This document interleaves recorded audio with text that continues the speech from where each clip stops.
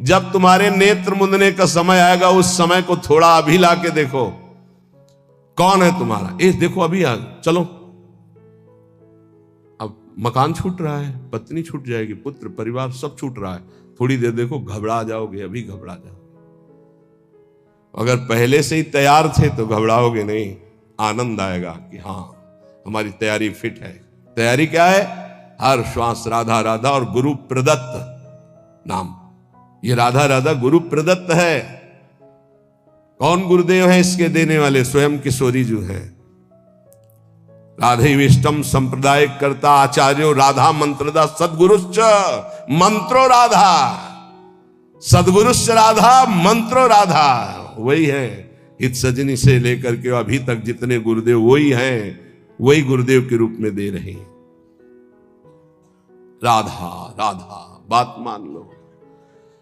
अभी देखो कैसा भय लगेगा। अभी देखो तुम्हारा घर छूट जाएगा, बैंक बैलेंस छूट जाएगा, पुत्र पत्नी सब छूट जाएंगे, शरीर छूट जाएगा, अब जाओगे अकेले, घबराहट पैदा हो जाएगी। तैयारी कर लो।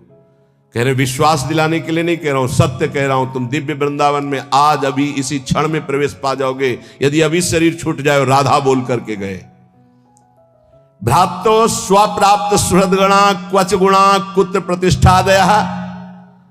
ये तुम्हारे भाईजान, ये तुम्हारे मित्रजन, ये तुम्हारी पढ़ाई लिखाई, ये तुम्हारी प्रभुता, धन, प्रतिष्ठा, ये कोई काम नहीं आने वाली। मरने के बाद कोई काम नहीं आने वाली।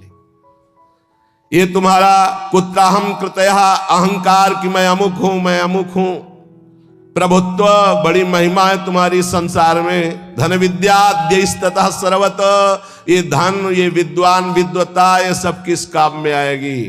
स्वम निर्विद्य संविद्य किम नु चल चलस्य दैव वृंदावनम।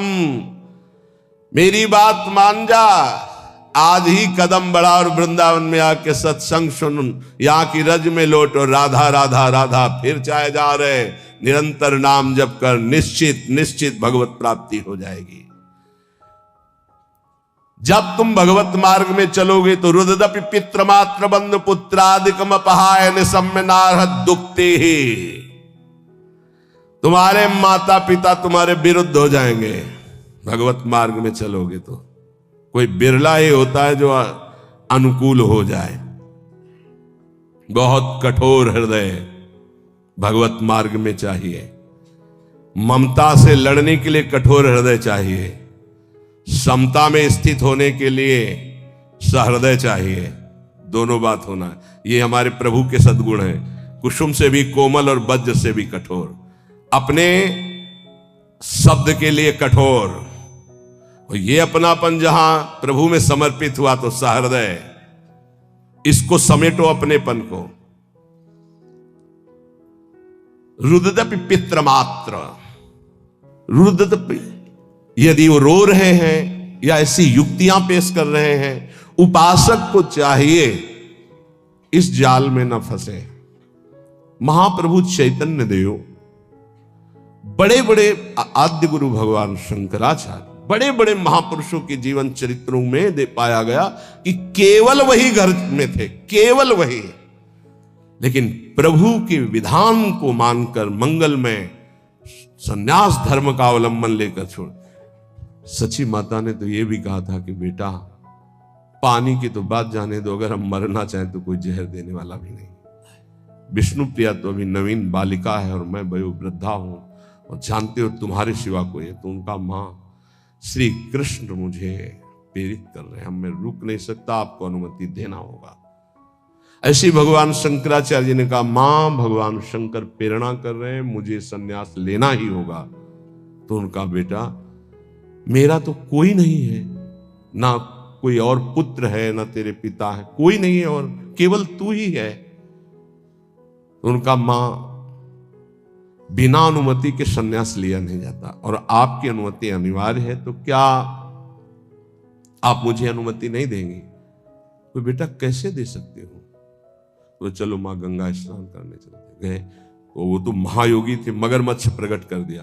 बोले मां मुझे मगरमच्छ खा रहा है। अरे बोले बेटा मैं वृद्धा हूं, कैसे बचा सकती हूँ? बोले संन्यास की अनुमति देके कह दो संन्यास। बोले बेटा मगरमच्छ से तो अच्छा है तुम जिंदा रहो, संन्यास ले लो। अनुमति हो गई, मगरमच्छ चलता, ध्यान हो गया। तो उन्होंने कहा बेटा अंतिम संस्कार करने वाले तो तुम ही हो। तो उनका मां वचन देता हूं कहीं भी होऊंगा और सुनूंगा कि मां का शरीर पूरा हो रहा है तो अंतिम संस्कार मैं करूंगा। आकर के दंड रख करके शिष्य को दे करके भगवान शंकराचार्य ने मां का संस्कार किया। रुददपि पित्र मात्र बंधु पुत्रादिकम अपहाय निशम्य नारहदत्तिये। कोई युक्ति तुम्हें भगवान मार्ग से विमुख न कर पावे। बड़े प्रलोभन, बड़े भय, कमर कस के चलना इस मार्ग में। श्रीपाद कह रहे हैं हृदय परम कठोरताम दधानो द्रुत मवलोकय कृष्ण केलि कुंजम। हृदय परम कठोरताम, इस मार्ग में चलने वाले को हृदय को बहुत कठोर रखना पड़ता है। और कठोर ऐसा जैसे नारियल, अंदर एकदम कोमल, बाहर एकदम कठोर। बाहर नारियल जैसा रहे ना, नारियल का देखते हो जटा, फिर कठोरता उसकी खप्पर की, और अंदर देखो बड़ा मुलायम मीठी गरी। ऐसे संत होते हैं, हृदय से एकदम कोमल, बाहर से एकदम कठोर, उनको जल्दी कोई पहचान नहीं सकता। हृदय परम कठोरताम दधानो द्रुत मवलोकय कृष्ण केलि कुंजम। यदि तुम मेरी ये बात मान गए और हृदय को कठोर कर लिया और ममता का त्याग करके निरंतर भजन किए तो इसी जन्म में तुम श्री कृष्ण केलि कुंजम, श्री कृष्ण केलि कुंजम क्या, राधा केलि कुंजम, हाँ श्री राधा केलि कुंजम प्रवेशम, प्रवेश हो जाएगा श्री जी की केलि कुंज में। ये संपूर्ण वृंदावन राधा केलि कुंज है, प्रियालाल की केलि कुंज है। मान जाओ, हम ये नहीं कह रहे कि हमारे भाव कहने का कि आप सन्यास ले लो, नहीं, एक नहीं कह रहे।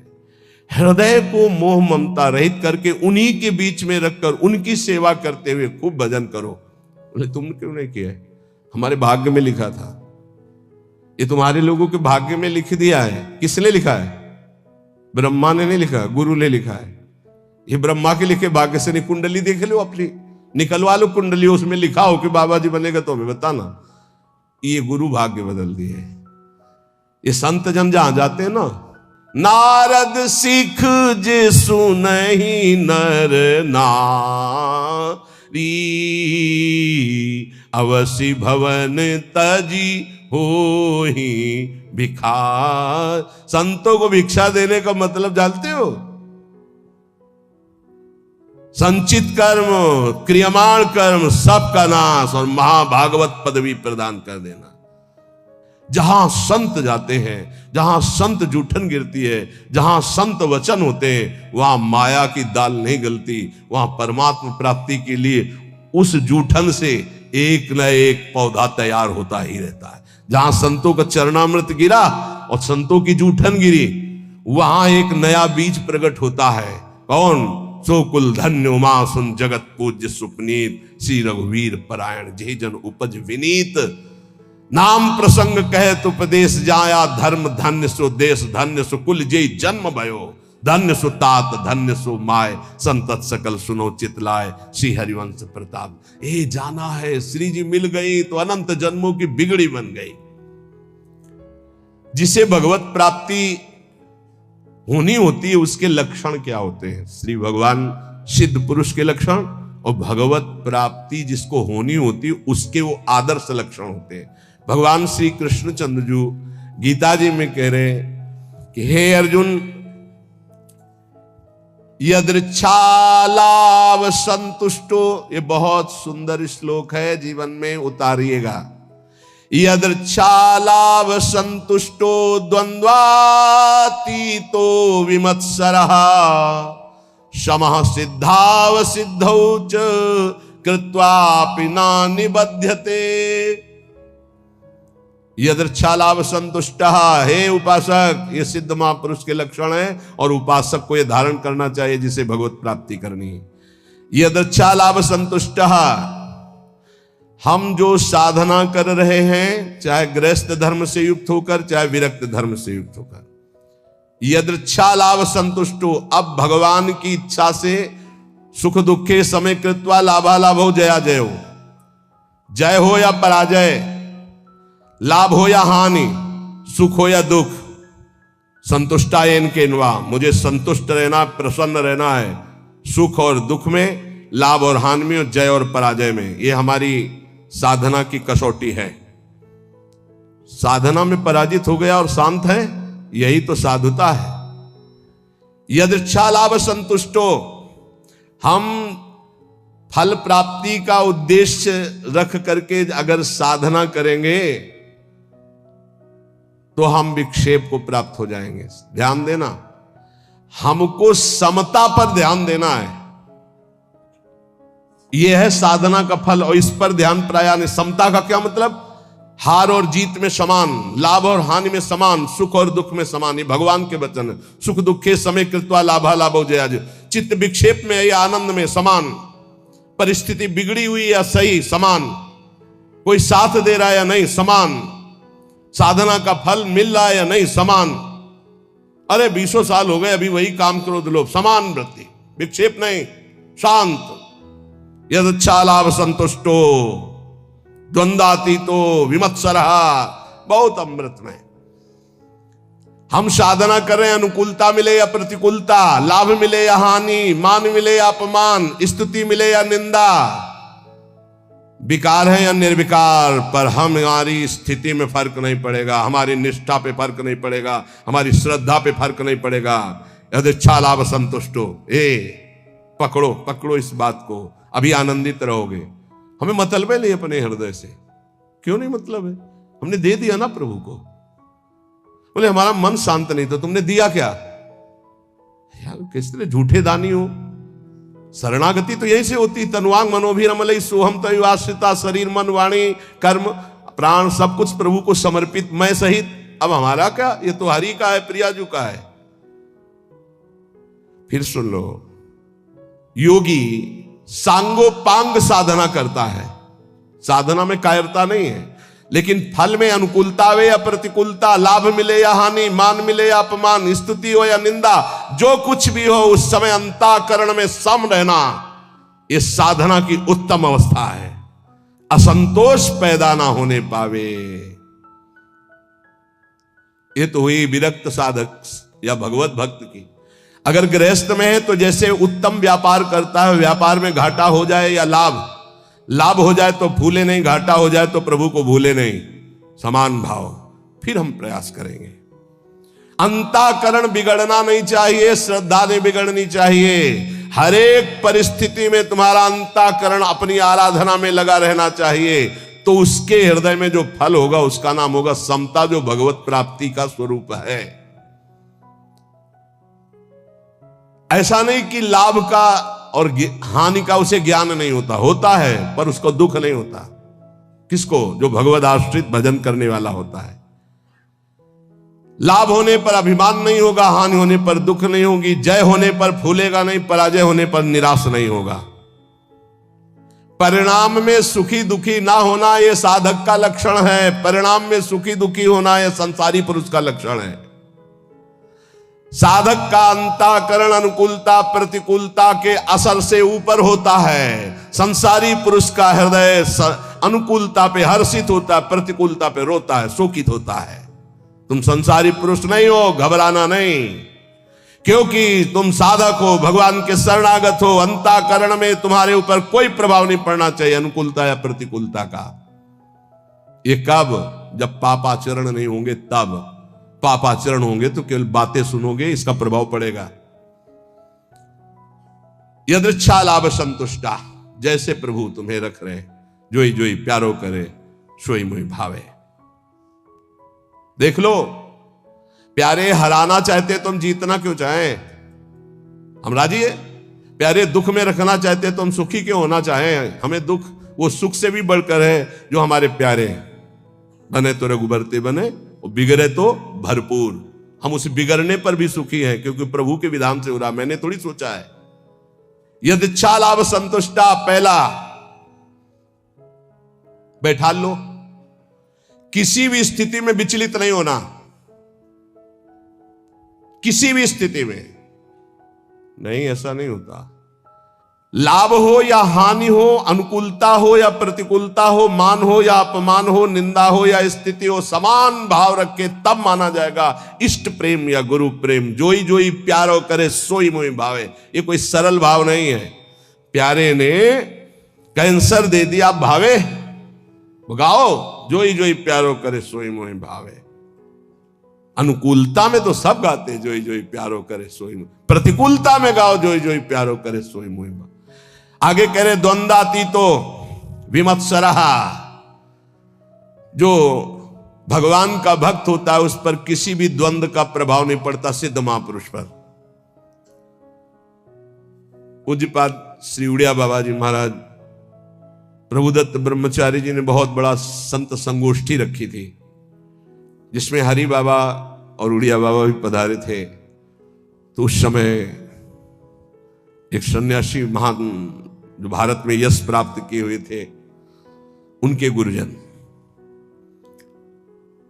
सिद्ध महापुरुषों की स्वाभाविक यश कीर्ति होती रहती है, तो उससे जो भगवत तत्व के ज्ञान होना और भगवत तत्व का बोध होना, इसमें अंतर होता है। तो भगवत तत्व के ज्ञानी थे वो, पर भगवत तत्व बोध संपन्न महापुरुष तो उड़िया बाबा थे। उन्होंने बस समस्या इतनी थी कि हरि बाबा जब घंटा बजाते थे तो सबसे पहले ओ